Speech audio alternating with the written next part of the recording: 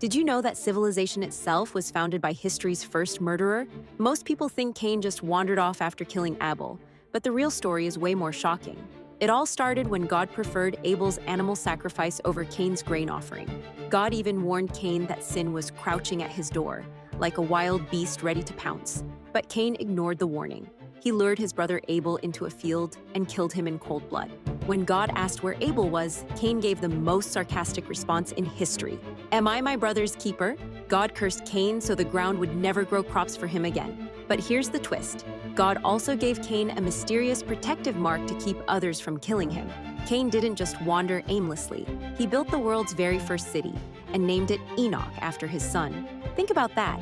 Every city, every civilization that followed can trace its roots back to a man who committed the first murder in human history.